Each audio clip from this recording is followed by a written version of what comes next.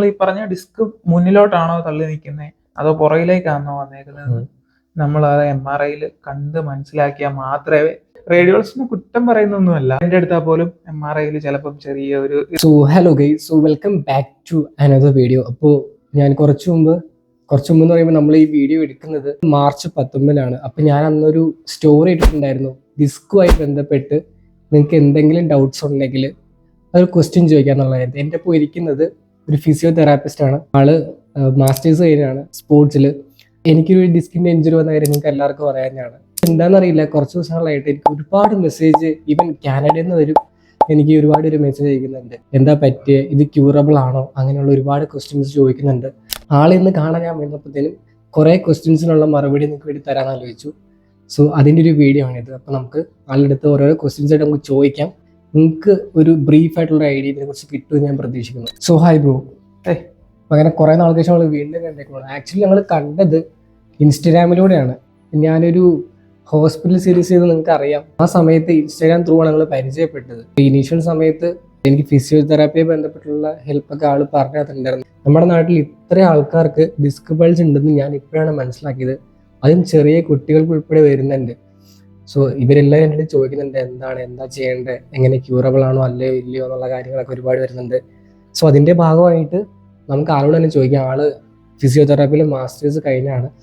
So എൻ്റെ കുറച്ച് കാര്യങ്ങൾ വെച്ചുള്ള എക്സാമ്പിളും ബാക്കിയുള്ള കോമൺ ആയിട്ടുള്ള കാര്യങ്ങളും നമുക്ക് ആളെടുത്ത് ചോദിച്ച് മനസ്സിലാക്കാം.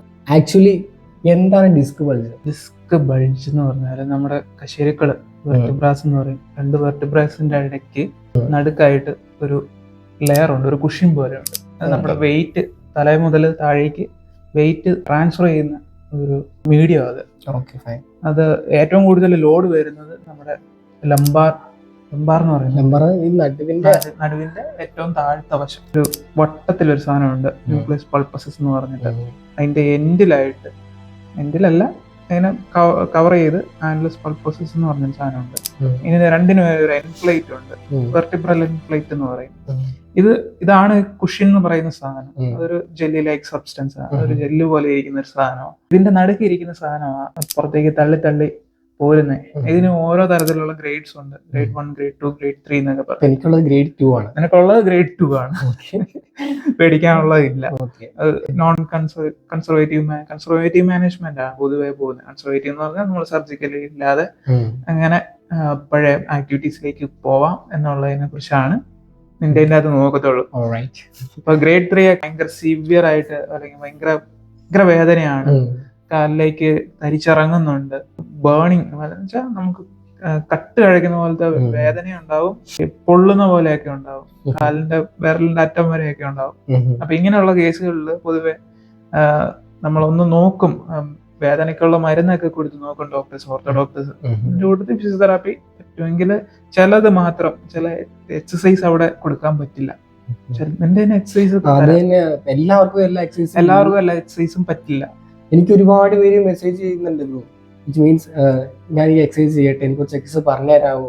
നമ്മൾ എന്താ ചെയ്യേണ്ടത്, അവർക്ക് എന്താ നമ്മൾ പറഞ്ഞു കൊടുക്കേണ്ടത്? ആക്ച്വലി എന്താ വെച്ചാൽ ഗ്രേഡ് ഇഞ്ചുറീസ് വന്നു. അപ്പം നമ്മളിപ്പോ ഗ്രേഡിന്റെ കാര്യം പറഞ്ഞു. ഇപ്പൊ ഇത് ഫ്രണ്ടിലേക്കാണോ തള്ളി നിൽക്കുന്നത്, അതായത് നമ്മൾ ഈ പറഞ്ഞ ഡിസ്ക് മുന്നിലോട്ടാണോ തള്ളി നിൽക്കുന്നത് അതോ പുറകിലേക്കാണോ വന്നേക്കുന്നത്, നമ്മൾ അത് MRIയിൽ കണ്ട് മനസ്സിലാക്കിയാൽ മാത്രമേ നമുക്ക് അതിനുള്ള എക്സസൈസ് അവർക്ക് പറഞ്ഞു കൊടുക്കാൻ പറ്റുള്ളൂ. ചിലർക്ക് കുനിഞ്ഞു നിന്നിട്ടുള്ള പരിപാടികൾ, എക്സസൈസുകൾ നമുക്ക് ഒഴിവാക്കേണ്ടി വരും. ചിലർക്ക് എക്സ്റ്റൻഷൻ എക്സസൈസ് ഒഴിവാക്കേണ്ടി വരും. രണ്ടും കോൺട്രാസ്റ്റ് മാറി ചെയ്ത്. എന്റെ കേസിൽ എനിക്ക് എക്സ്റ്റൻഷനാ ചെയ്യേണ്ടത്. നമുക്ക് ഫ്രണ്ടിലേക്കാ അതിന്റെ തള്ളലുള്ളത്.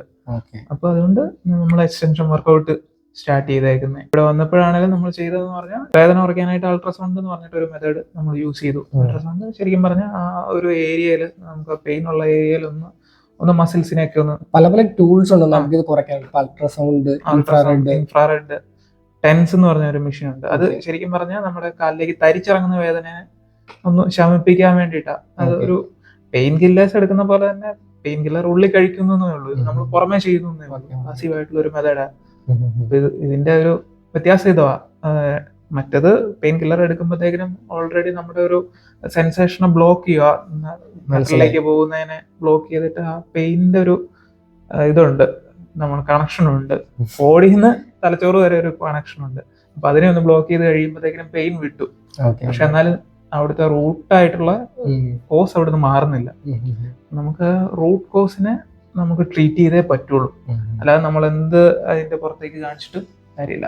എക്സസൈസ് ചെയ്ത് നല്ല രീതിയിൽ ബലപ്പെട്ട് നിൽക്കുവാണെന്നുണ്ടെങ്കിൽ കുറെ രീതിയിലുള്ള വേദനകളും കാര്യങ്ങളൊക്കെ മാറി കിട്ടും. ഇപ്പോൾ ഞാൻ കേട്ടിട്ടുണ്ട് ഡിസ്ക് ബൾന്ന് ഇപ്പോൾ ഒരാളെ പിടിച്ചൊരു എക്സ്റേ അല്ലെങ്കിൽ MRI എടുത്ത് നോക്കുവാണെങ്കിൽ മോസ്റ്റ് ഓഫ് ദ ആൾക്കും ഈ ഡിസ്ക് ബൾത് കാണാനുള്ള സാധ്യത ഉണ്ട് എന്ന് പറഞ്ഞിട്ടുണ്ട്. അത് ശരിയാണോ? അതിപ്പം MRI എക്സ്റേയിൽ എന്തായാലും ഡിസ്ക് ബൾജ് അറിയാൻ പറ്റില്ല.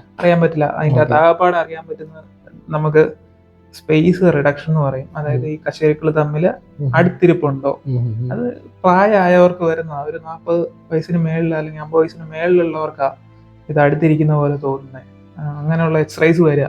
പിന്നെ ചില കണ്ടീഷൻസ് ഉണ്ട്, ചില കുറെ രോഗം ഉള്ള ആൾക്കാരിൽ, വേറെ ഓർത്തോ രോഗങ്ങളുള്ളവർക്ക് ഇങ്ങനത്തെ ചിലർക്ക് പെയിൻ ഉണ്ടാവില്ലല്ലോ, ബട്ട് അവർക്ക് ഡിസ്കൽ പെയിന് തള്ളി നിപ്പുണ്ടാവാം. സോ അത് എങ്ങനെ റിലേറ്റ് ചെയ്യുന്നത്? അത് MRI എടുക്കുമ്പോഴത്തേക്കിന് എല്ലാവർക്കും ഇത് എന്താ പറയാ, ഇപ്പൊ എന്റെ അടുത്താ പോലും MRIയിൽ ചിലപ്പം ചെറിയ ഒരു ഇത് എഴുതി വെക്കണം, എന്തെങ്കിലും ഒരു ഇംപ്രഷൻ എഴുതി വെക്കണം എന്നുള്ളതുകൊണ്ട് അങ്ങനെ എഴുതാറുണ്ട്. അത് റേഡിയോളജിസ്റ്റിന് കുറ്റം പറയുന്നൊന്നുമല്ല, അത് അവർക്ക് അത് ചെയ്തേ പറ്റുള്ളൂ. കാരണം അതിന്റെ അത് ഇംപ്രഷൻ എന്തായാലും ഒരു ടൈം പീരീഡ് ഒരു 30 വയസ്സായി കഴിയുമ്പോഴത്തേനും എല്ലാവർക്കും തന്നെ ഇതൊരു ജനറ്റിക് ആയിട്ട് സംഭവിക്കുന്ന ഒരു സംഭവമാണ്. അല്ല അങ്ങനെയല്ല. നമുക്ക് നമ്മുടെ ദൈനംദിന ജീവിതത്തിൽ വരുന്ന കാര്യങ്ങൾ, നമ്മളിപ്പോ ഒരു ഹെവി ആയിട്ട് വർക്ക് ചെയ്യുന്ന ഒരാളാണ്, അപ്പൊ കൽപ്പണി ചെയ്യുന്ന ഒരാളാണ്, ലോഡ് ചെയ്യുന്ന ഒരാളാണ്, അങ്ങനെയുള്ളവർക്കൊക്കെ വരാൻ സാധ്യതകളുണ്ട്. പക്ഷെ എനിക്ക് കിട്ടിയ മെസ്സേജിൽ ഏറ്റവും കൂടുതൽ എനിക്ക് മെസ്സേജ് വന്നത് ഈ +2 കോളേജ് പഠിക്കുന്ന പിള്ളേരാണ് എനിക്ക് മെസ്സേജ് അയച്ചത്. കാരണം എനിക്ക് ഇന്ന പോലെ ഉണ്ട് ചേട്ടാ, എനിക്ക് ജിമ്മിൽ ലിഫ്റ്റ് ചെയ്ത് പോകുന്നു, ചിലർ ഈഗോ ലിഫ്റ്റ് എന്ന് പറഞ്ഞിട്ടുണ്ട്. ആക്ടിവിറ്റി കൊണ്ട് തന്നെ ആയിരിക്കും അതോ? ആക്ടിവിറ്റി ഇപ്പൊ പറഞ്ഞ ഈഗോ ലിഫ്റ്റിങ് വളരെ ഒരു വലിയ കാര്യമാണ്. എല്ലാ ജിമ്മിലിപ്പം നമ്മൾ ചെന്ന് കഴിഞ്ഞാലും നമുക്ക് ആ ഒരു പമ്പ് ഉണ്ടാവുമല്ലോ, ആ പമ്പ് വെച്ചിട്ട് നമ്മൾ അങ്ങ് ചെയ്യും. പക്ഷെ അത് കഴിഞ്ഞിട്ട് വരുന്നതിനെ കുറിച്ച് നമ്മൾ ആലോചിക്കാറില്ല. ഈഗോ ലിഫ്റ്റിംഗ് ശരിക്കും പറഞ്ഞാൽ ഒഴിവാക്കേണ്ട ഒന്ന് തന്നെയാണ്. അതില് കൂടുതൽ ഈഗോ ലിഫ്റ്റിംഗ് കണ്ടേക്കുന്ന ഡെഡ് ലിഫ്റ്റ് ചെയ്യുമ്പോഴാണ്. ആക്ച്വലി ഡെഡ് ലിഫ്റ്റ് ഈ ഡിസ്ക് പ്രോബ്ലം വരാൻ ഒരു സാധ്യത ഉള്ള ഒരു എക്സസൈസ് ആണ്. ഒരുപാട് പേര് പറയുന്നുണ്ട്. അല്ല അങ്ങനെയല്ല, അത് നമ്മൾ പ്രോപ്പർ ഫോമിൽ ചെയ്യുന്നത്. പ്രോപ്പർ ഫോമിൽ എന്ത് എക്സസൈസ് ചെയ്താലും അത് ബെറ്റർ തന്നെയാണ്. അപ്പൊ അതിലൊരു മിത്തുള്ളത് തന്നെയാണ്. വേറെ ഒന്നുമില്ല. ഡിസ്ക് ബൾജ് ഇപ്പൊ ഒരാൾക്ക് വന്നു, ഇപ്പൊ എല്ലാവർക്കും അറിയേണ്ടത് ഇത് ക്യൂറബിൾ ആണോ അല്ലയോ എന്നാണ് മെജോറിറ്റി ആൾക്കാർക്ക് അറിയേണ്ടത്. സത്യം പറഞ്ഞാൽ ഇതൊരു ക്വസ്റ്റ്യൻ അവസാനം തന്നെ ചോദിക്കേണ്ട സംഭവമാണ്, ബട്ട് ഞാനത് ആദ്യമേ ചോദിക്കുകയാണ്. ഇത് ക്യൂറബിൾ ആണോ? ക്യൂറബിൾ ആണ്. എങ്ങനെയാണെന്ന് എക്സ്പ്ലെയിൻ ചെയ്യാമോ? നമ്മളിപ്പം ഗ്രേഡ്സിന്റെ കാര്യം പറഞ്ഞു. ഗ്രേഡ് 1, 2 നമ്മൾ സർജിക്കലി അല്ലാതെ നമ്മളിപ്പം ഒന്ന് ചിലർക്ക് ട്രാക്ഷൻ എന്ന് പറഞ്ഞൊരു മെത്തേഡ് യൂസ് ചെയ്യും. ലംബാർ ട്രാക്ഷൻ അല്ലെങ്കിൽ കഴുത്തിനാണെങ്കിൽ സർവൈക്കൽ ട്രാക്ഷൻ എന്ന് പറയും. ഈ 2 മെത്തേഡ്സ് യൂസ് ചെയ്യും. ഈ 2 മെത്തേഡ്സ് യൂസ് ചെയ്യുമ്പോൾ നമ്മുടെ കശേരുക്കൾക്ക് ഇടയിൽ വന്ന് ഈ ജാമ് ചെയ്ത് നിൽക്കുന്ന നെർവിനെ ജാമ് ചെയ്ത് നിൽക്കുന്നതിനെ ഒന്ന് വലിയും.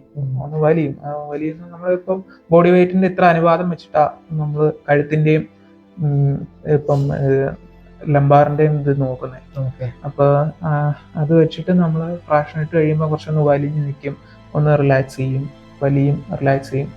പല തരത്തിലുള്ള ട്രാക്ഷൻ ഉണ്ട്. നമുക്ക് ഇന്റർമീഡിയറ്റ് ട്രാക്ഷൻ ഉണ്ട്, സ്റ്റാറ്റിക് ആയിട്ടാണ്, അത് കണ്ടിന്യൂസ് കിട്ടുന്നുണ്ട്. പിന്നെ വലിയ നിൽക്കുക ഇങ്ങനെ ചെയ്യുന്ന ട്രാക്ഷനും ഉണ്ട്. മനസ്സിലായി. അപ്പൊ ഈ 2 ട്രാക്ഷനുമാണ് യൂസ് ചെയ്ത് നമ്മൾ ആ ഇതിനെ തിരിച്ച് അതിന്റെ പൊസിഷനിലേക്ക് കൊണ്ടുവരാനായിട്ട് ഹെൽപ്പ് ചെയ്യുന്നത്. പിന്നെ കൂടുതൽ പറഞ്ഞാൽ നമ്മൾ റെസ്റ്റ് എടുക്കുമ്പോഴത്തേക്കിനും നമ്മൾ ഒരു സ്ഥലത്ത് കിടക്കുക, അന്നേരത്തേക്കിനും തന്നെ മസിൽസ് നല്ലപോലെ ആയും. നമ്മൾ ആദ്യം പറഞ്ഞ സെൻസേഷൻസ് ഒക്കെ ഇല്ലേ, അതെന്ന് വെച്ചാൽ ഒരാൾക്ക് സിംറ്റംസ് അവരുടെ നമ്മൾ പറയുന്ന കാലില് തരിക്കുന്ന പോലെ വേദന ഉണ്ടാവുക, അതുപോലെ പൊള്ളുന്ന പോലെ തോന്നുക. കൂടുതലും ആൾക്കാരും പറയുന്നത് ഈ തരിക്കണ സംഭവമാണ് അവർ പറയുന്നത്. അത് അതിന്റെ മെയിൻ റീസൺ ഇത് നെർവിനെ പോയി ഈ സാധനം പിടിച്ച് ഞെരുക്കി കഴിയുമ്പോൾ, നെർവിനെ ഞെരുക്കി കഴിഞ്ഞാൽ നമ്മൾ ഇവിടെ കൈയുടെ ഇവിടെ തട്ടുമ്പോഴത്തേക്കിനും ഇവിടെ തരിക്കുന്നത് അറിയത്തില്ലേ, അതേ സെയിം സാധനമാ നടുവിന് വരുമ്പോഴും കിട്ടുന്നേ. അത് കാല് വരെ ഇങ്ങനെ തരിക്കും, കാലിന്റെ അറ്റം വരെ ഉണ്ടാവും. അത് റിലീവ് ചെയ്ത് കഴിയുമ്പോഴത്തേക്കിനും മാറ്റി കഴിയുമ്പോഴത്തേക്കിനും അത് അവിടുന്ന് പോയി തിരിച്ച് അതിന്റെ പൊസിഷനിലേക്ക് നമുക്ക് പതിയെ കൊണ്ടുവരാം. പുതിയ സ്റ്റഡീസ് വരുന്നുണ്ട്, ഒരുപാട് വേറെ കാര്യങ്ങൾ വരുന്നുണ്ട്. ഇപ്പം ട്രാക്ഷൻ എന്ന് പറയുന്ന ഒരു ഓൾഡ് മെത്തേഡാണ്. നമ്മൾ പുതിയ സ്റ്റഡീസ് വരുന്നുണ്ട്, അതുപോലെ തന്നെ നമ്മളിപ്പോ ആൾക്കാർക്ക് പേടിയാണ്, അല്ലാണ്ട് കൺഫ്യൂഷൻ ആണ്, ഓവർ തിങ്ക് ആണ് പലരും. അതുപോലെ പലരും പല ആൾക്കാരെ പോയി കാണുന്നത്, ഈവൻ ഞാൻ ഉൾപ്പെടെ തന്നെ പലരെയും കണ്ടിട്ടുണ്ട്. ഈ പലരും പല ഉത്തരങ്ങളാണ് തരുന്നത്. അപ്പൊ ആക്ച്വലി നമുക്ക് ഇതിങ്ങനെ ഉള്ളവർക്ക് ഒരു ഭയങ്കര കൺഫ്യൂസ്ഡ് ആണ്. എങ്ങനെ നമുക്കൊരു റൈറ്റ് ഒരു പോയിന്റ് തെരഞ്ഞെടുക്കാൻ പറ്റും? അത് നമ്മൾ കൺഫ്യൂസ്ഡ് ആവും. നമ്മൾ കൺഫ്യൂസ്ഡ് ആവാതിരിക്കാൻ നമുക്ക് പറ്റത്തില്ല. ഇപ്പം നമ്മൾ ആദ്യം പോയിട്ട് നേരെ ഗൂഗിൾ നോക്കും. ഗൂഗിൾ നോക്കി കഴിയുമ്പോൾ ഞാൻ ചെയ്തിട്ടില്ല കേട്ടോ, ഞാൻ ചെയ്യുമായിരുന്നു പണ്ടൊക്കെ. എനിക്ക് ലിഗമെന്റ് പൊട്ടി, എനിക്കില്ലാത്ത വള്ളികളൊന്നുമില്ല. ഞാൻ ഭയങ്കര ഓവർ തിങ്കഡ് ആയിട്ടുള്ള ഒരാളായിരുന്നു. എന്നെ പാമ്പ് പിടിച്ചിട്ടുണ്ട്, അതൊക്കെ ഞാൻ ഓൾറെഡി പറഞ്ഞിട്ടുള്ളതാണ്. പക്ഷെ ആ സമയത്തൊക്കെ ആണെങ്കിലും ഞാൻ ഓൾറെഡി ഈ ഗൂഗിൾ പോയിട്ട് കംപ്ലീറ്റ് നോക്കുന്ന ഒരാളായിരുന്നു. അത് നമ്മുടെ മെന്റൽ ഹെൽത്ത് കംപ്ലീറ്റ്ലി ഡൗൺ ആക്കുന്നത്. പക്ഷെ ഈ ഡിസ്കിന്റെ കളിച്ച് വന്നപ്പോഴത്തേനും ഉള്ളത് പറയാൻ ഇന്നേ വരെ ഞാൻ നോക്കിയിട്ടില്ല.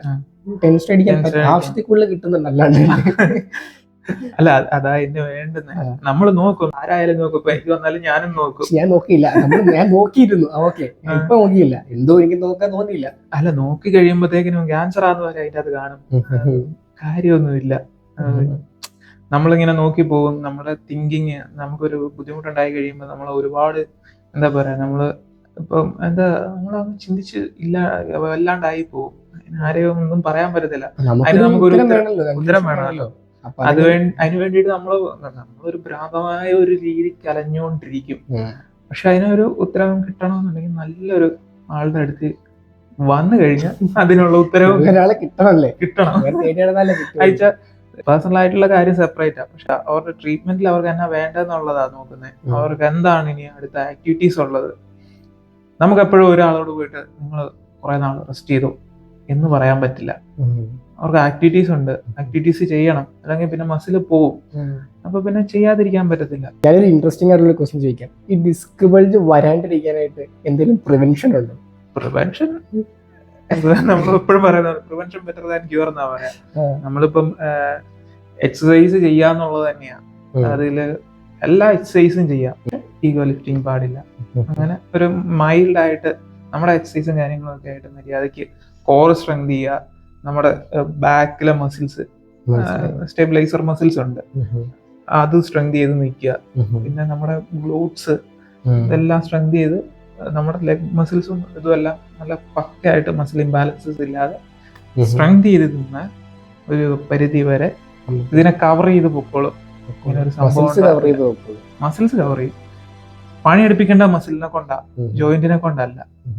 അത്രേ ഉള്ളൂ അതിനത്ര. ഈ ട്രാക്ഷൻ മാത്രമല്ലാണ്ട്, ട്രാക്ഷനും എക്സസൈസും അല്ലാണ്ട് ഏതെങ്കിലും സ്പെസിഫിക് ആയിട്ടുള്ള ഒരു ട്രീറ്റ്മെന്റ് നമുക്ക് ഈ ഡിസ്ക് ബൾജിന് ഉണ്ടോ നിലവിൽ? പൊതുവെ നമ്മൾ പറഞ്ഞില്ലേ ഗ്രേഡ്സിനെ കുറിച്ച്, ഗ്രേഡ് 1 to നോൺ സർജിക്കലാണ്, മറ്റേത് സർജിക്കലാണ്. ഓർത്തോക്കാരാണ് അതിന്റെ കാര്യങ്ങൾ നോക്കുന്നത്. ഓർത്തോയാണ്. പിന്നെ ന്യൂറോ സർജറി നോക്കും കേട്ടോ.